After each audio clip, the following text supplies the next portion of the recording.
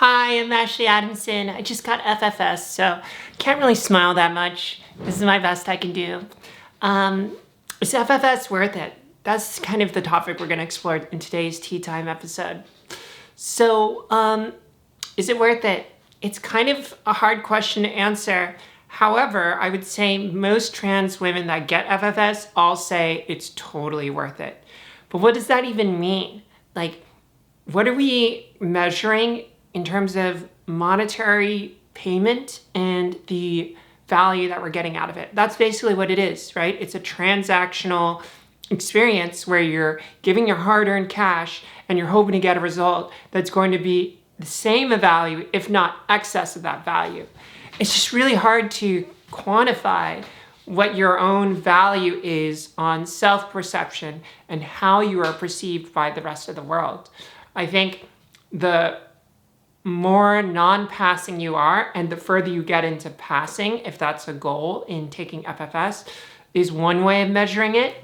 Another way of measuring it is how much more good looking you get out of that. Even though not all FFS surgery is targeted towards making you look good, that is an effect and something that I was looking for in going through this process.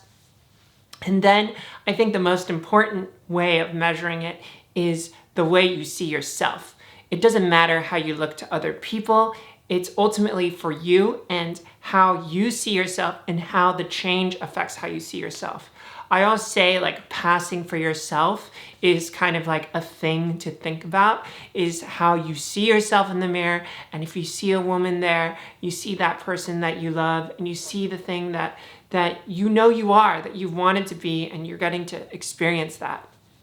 Now, I am 9 days out of surgery, and there's a lot of time that I'm going to need to recover in order to really see the results.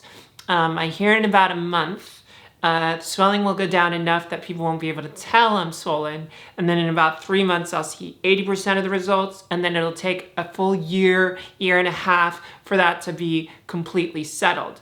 Now, right now, it's hard for me to make a complete fair assessment, but I want to at least give my first impressions on if it's worth it. So does that sound interesting to you? So here's the first thing that I noticed is my forehead. This is a wonderful looking forehead. Look at that. That looks great. Before, my forehead kind of like went up straight here. And the fact that that's gone and that I have these nice kind of like softened sides of eyebrows is really nice to see. And I think that's a great result. I think it does make me look more feminine, and it helps me actually pass myself a lot. It's a little alienating though, because I'm also so used to seeing that now that it's gone, it's like, whoa, is that me? Who is that? I'm not sure who that is. And that, I think, is an interesting kind of turning point for me right now, internally and externally. That relationship in the mirror, you know, trans girls, we all got that relationship in the mirror. That's an interesting turning point for me, because I have had a relationship with him in the mirror since, you know, I've transitioned, which is maybe 3 years ago.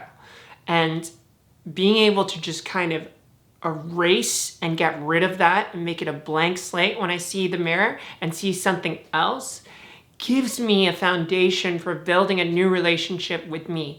Right now, it's, oh, look at that. Like, that person looks different and that's not the same person I see. And yeah, that's not who I identify with, but it's definitely also not what I identify with as a man or him.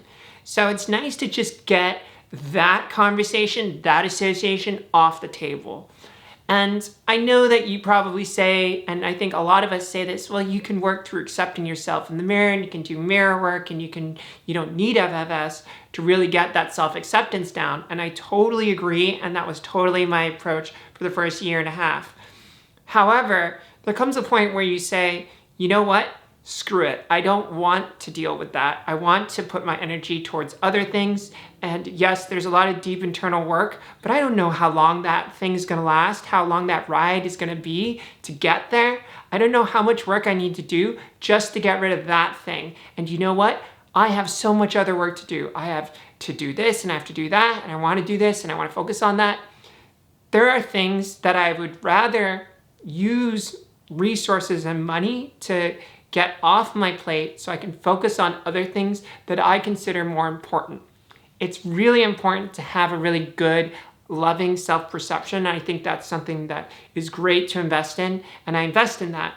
But that whole like, I see him in the mirror, and that whole like quick reaction of the perception and snap judgment, I couldn't find a way around it.